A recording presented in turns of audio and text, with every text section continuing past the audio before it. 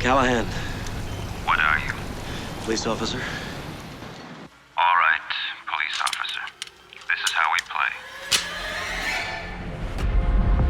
The first time I saw Clint Eastwood police movies, Dirty Harry, I saw it as a teenager. I thought it was great.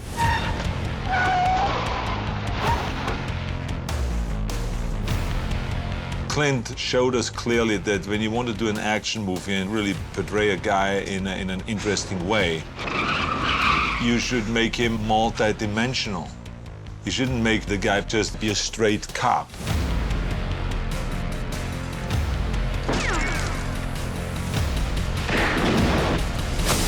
That man had rights. Well, I'm all broken up about that man's rights.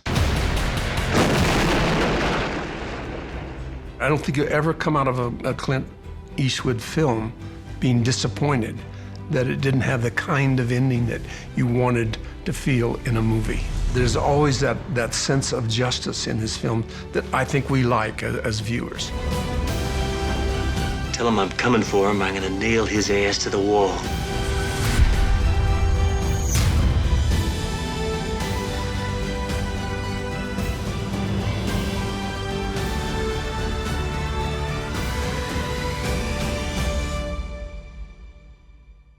Whether he's portraying a renegade city cop, a washed-up journalist with one last shot at redemption, or a New Orleans detective more than willing to venture into the city's shadowy underworld, Clint Eastwood's characters bring order to a world of chaos. Clint used the ancient and convincing and dependable ethic, the good man against evil, moral, immoral. It was simple, direct. It was a man, one person you could identify with. He's a hero. Boy, do we need heroes. Drop the gun, please! Few heroes in cinema history have cast a longer shadow than San Francisco Police Inspector Harry Callahan. The character would become an archetype for countless films to follow. Clint Eastwood there created something that was unlike anything else. It became like a new standard of action movies. It wasn't just action, but it was also a certain kind of a comedy with it. Very, very funny scenes. Hijackers want an overseas pilot before they take off. May I make a suggestion?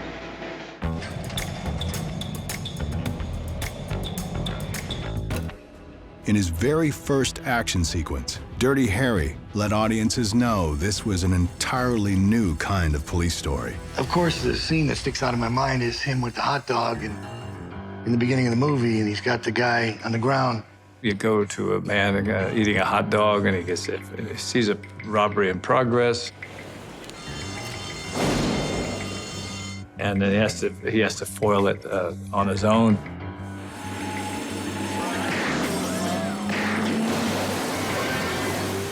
There's a little bit of James Cagney shooting somebody in the trunk of a car, eating a chicken leg at the same time. Copy, huh? I'll give it a layer.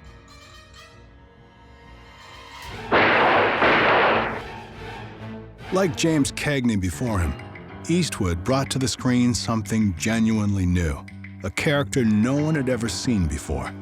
His whole attitude as Dirty Harry, very soft-spoken. He never screamed like you normally see when people play cops, it's doing all the screaming and then all the fuss. He didn't do that. He was eating his sandwich or his hamburger, he was pulling out the gun, and he was doing his job. I know what you're thinking. Did he fire 6 shots or only 5? Well, to tell you the truth, in all this excitement, I've kind of lost track myself. But Ian, this is a .44 Magnum, the most powerful handgun in the world, and would blow your head clean off. You've got to ask yourself one question. Do I feel lucky? Well, do you, punk? I saw it as a very interesting scene. To me, it was something I'd never played before, but that's the one that sort of kicks it off, where people go, okay, this is going to be a different kind of ride. There's no doubt that Dirty Harry has had a huge impact on it's almost a genre unto itself, which is 2 cops, and one of them's on the edge. You know what happens to the guys that I've worked with. Dietrich's still in the hospital with a bullet in his gut, and Fanducci's dead. So if I need a partner, I'll get me someone who knows what the hell he's doing. You rotten bastard! It's not enough just to have a cop doing his job anymore. The cop has to be a little bit crazy. Now you know why they call me Dirty Harry. Every dirty job that comes along. And then he had movies all over Hollywood where it was, you know, two cops. One of them's a vampire. Two cops, and one of them's already dead. Two cops, one of them's a dog. But it was always Dirty Harry. It was always that the guy was on the edge. He was going over the edge. Finally, you get to Lethal Weapon, where the first scene in the movie, you don't even have to say, this is two cops, and one of them's on. One guy's already trying to shoot himself. His films were very popular with my friends and I as teenagers, and there's very quotable lines from all those films. Go ahead. Make my day. Go ahead. Make my day. Perhaps more than any film series in movie history, Dirty Harry's unforgettable dialogue was an integral part of its success. I don't want any more trouble like you had last year in the Fillmore district. Understand? That's my policy. Yeah, well, when an adult male is chasing a female with intent to commit rape, I shoot the bastard. That's my policy. This movie was quoted, I think, more often than any movie that was ever quoted. I love Dirty Harry because he was better than anyone at delivering those pithy lines. Riggs was right. You guys don't have enough experience. They didn't sound like he was trying to be tough. They sounded like he was tough. It'll be my word against yours. And who's gonna believe you? You're a killer, Harry.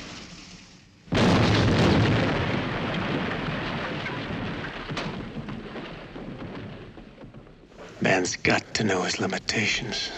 That became one of my mantras between me and my buddies. We used to say that on the golf course all the time. You know, we used to go play golf on Saturdays and, you know, and can't get over that water with a 3-wood, you know, or something like that. And the guy would put it in the water and go, man's got to know his limitations.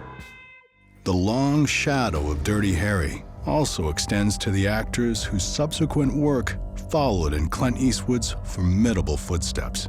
Without question, the Dirty Harry series of movies influenced every action-adventure hero after that, including Schwarzenegger and Wesley Snipes and Bruce Willis. His work as an action star did influence me as an actor, and I kind of liked that genre. I like to watch those kinds of films.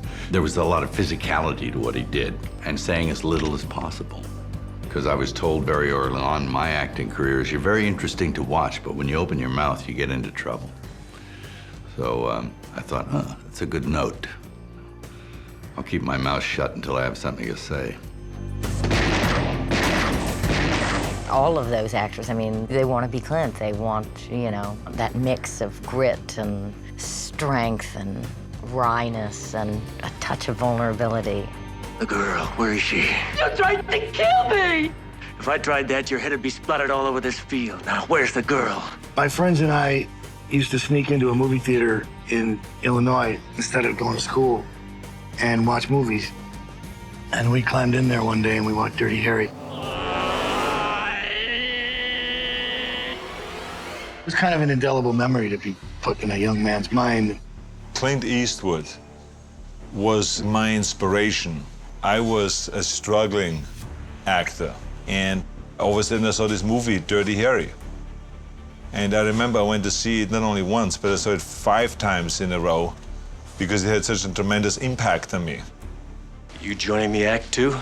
He was the motivating force for me to come to America and to get into acting in the first place. So obviously when you then see your idol coming up with a movie like Dirty Harry and creating a whole new standard in action movies, and also to do it with a certain style, I said to myself, that's what I have to do. But beneath its tantalizing style and memorable dialogue, the Dirty Harry character was first and foremost a man in pursuit of justice. The obsession of the hero I like, the fact that he was obsessed with getting this guy. And they had a background story, of course, that he had a very solitary existence. Dirty Harry is God's lonely man. He's the true loner individual. He lives in a little apartment, a dirty little apartment with a couple of plaques on the wall and some, you know, beer in the icebox and a half-eaten cheeseburger. He really doesn't have any girlfriends. He didn't have a private life that he really cared much about. All he cared about was this particular victim, somebody he'd never met. And I thought that obsession about somebody you've never met was very interesting. At its core, the Dirty Harry series gave audiences a sense of empowerment in a world beyond their control. People in general in America and worldwide feel powerless. So they see a guy that all of a sudden takes the law into his own hands and takes care of the job in a very cool way. Everyone in the audience felt like, wouldn't I love to be in this situation and solve a crime? There's a man at San Quentin who's going to be executed tonight. I think he's innocent. They're going to kill him at midnight. Now, I can't help out unless I have the facts in this case. Not every Clint Eastwood hero solves crimes from behind a police badge. As journalist Steve Everett, Eastwood brought to the screen a vivid portrayal of a man reaching for redemption. Alan, they're going to kill the guy tonight. You're trying to tell me that you want to turn a routine execution piece into some big fight for justice story? Alan, I need this. It was very intriguing to play a journalist. I haven't done that. He's got the obstacle of his family life, his drinking past, his personal habits, and this credibility factor, because he's had this other case a few years earlier, which he went to the rescue and he got shot down. It turned out the guy was guilty. True crime takes its place alongside Eastwood films as diverse as Space Cowboys and Unforgiven in its portrait of a character whose time has passed. In almost every newsroom, there's a guy kind of like him, a guy who should have retired years earlier, but has still been around, and he's married to the job. The job is his whole life. They're gonna kill that man in less than half an hour. We can't get to the prison in that time. You're right, lady. Fasten your seatbelt. And the thing that makes this story interesting is that our hero's tenacity is what sort of carries him through.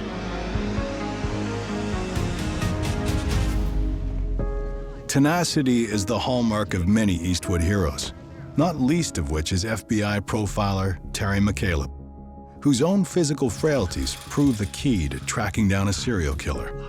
It was an opportunity to do a little bit different slant on detective work, of which I've been associated with over the years. Your heart, Mr. McCaleb. It was my sister's. Don't you understand? She wants me to find out who did it. She wants me to solve her sister's murder. Bloodwork gave Eastwood the opportunity to play opposite Angelica Houston, who has the unenviable task of being McCaleb's cardiologist. You're 60 days post-transplant, Terry. As your doctor, I'm ordering you not to do this. She takes care of him through his operation and post-op. And since he's a rather impetuous character, she has her work cut out for her. So I get to tell Clint what to do. Oh, come on, man. You're mine forever, Terry. What do you want? I want you to live. As his neighbor and nemesis, Jeff Daniels learned a few lessons about what it means to share the screen with Clint Eastwood. You know, they say less is more, but when you're opposite Clint, if you're going big, if you're going more, man, you feel it.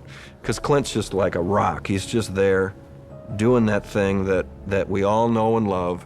But if you're up here, you're going, whoa, come back, come back, come back, come back. You need me. Remember how you said I was your friend and I could tell you the truth? Well, I don't need you at all.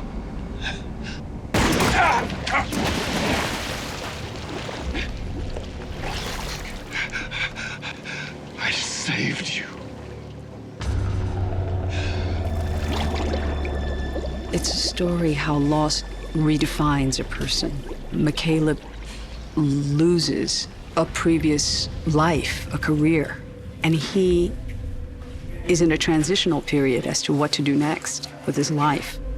As he has throughout his career, Eastwood embraced the opportunity to play a character defined by his weakness as much as his strength.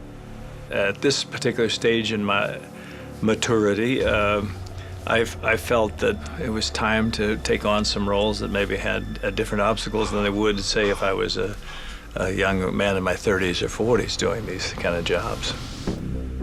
Never one to shy away from the darkness, Eastwood ventured down to New Orleans to play a Vice Squad detective whose own obsessions mirror those of the killer he's chasing. It's about a guy who's dealing in almost an occult world down in Louisiana, and the police work and everything has affected his marriage, but yet he has custody of his kids, so there's a little bit of a dichotomy there, which is unusual. He has to, on one hand, be a good father, on the other hand, he delves in a little bit of the opportunities that he is able to procure as a police officer. Eastwood's counterpart on his journey into the shadows is a rape counselor, played by Genevieve Bujold. She's more of coming from a more conventional line, and all of a sudden she finds he's got sort of a bizarre side to him.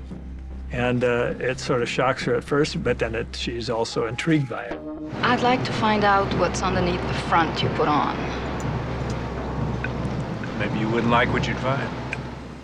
It was a fascinating script, but Richard Tuggle wrote it, and the provocativeness of it I liked, because anytime you can take yourself into other dimensions, it's much more fun as an actor than just being conventional and doing your routine or your genre or whatever you're well known for. So you keep pushing the envelope, and then I think it's a secret to longevity.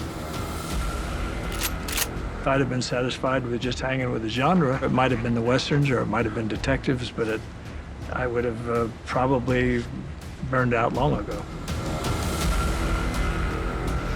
Nothing wrong with shooting, as long as the right people get shot.